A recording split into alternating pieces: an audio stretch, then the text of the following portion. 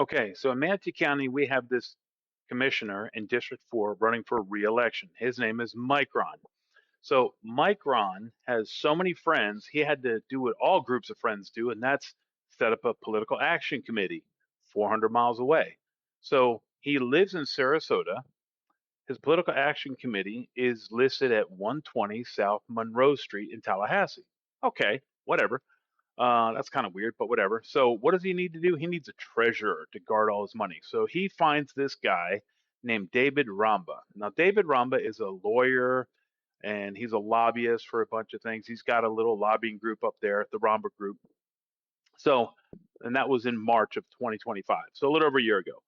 Forget about that. Now we're going to go forward into October of 2025. So, Mike is the chairman of the Port Authority, and the Port Authority is trying to break away from oversight for the county commissioners. In other words, don't give the citizens input. None of their business what we do. We want to break away from that. So, who does the Port Authority hire to lobby for them against the county commission to break away? Oh, I'll let you take a wild guess.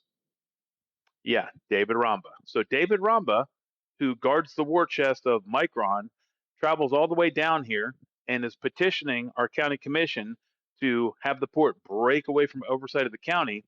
And here's the interesting thing.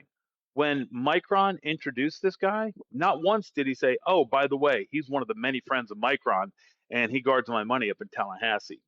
And then when David Ramba is speaking and he introduces himself, not once does he say, "Oh, yeah, Mike and I are in a political action committee together and I guard his money." Pretty interesting. Don't worry, I've got all the receipts for you. The other interesting thing is the friends of Micron got a nice check for $5,000. Then they got another nice check for $10,000 that Micron is allowed to spend any way he sees fit on his political action committee. Okay, it's all legal. Here's the interesting thing. Notice where the addresses are for those two checks. I'm going to show you right here, 120 South Monroe Street, Tallahassee.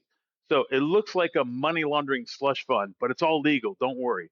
And don't worry, Mike was about to tell you guys all about this as soon as he got caught.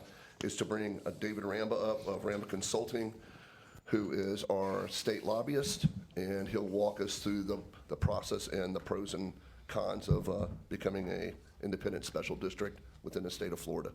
Much like the airport. The airport operates as an independent district today also. Mr. Ramba, thank you. Thank you, Mr. Chairman. David Ramba, Ramba Consulting Group and Ramba Law Group up in Tallahassee.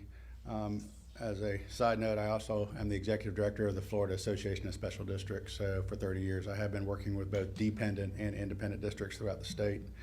The main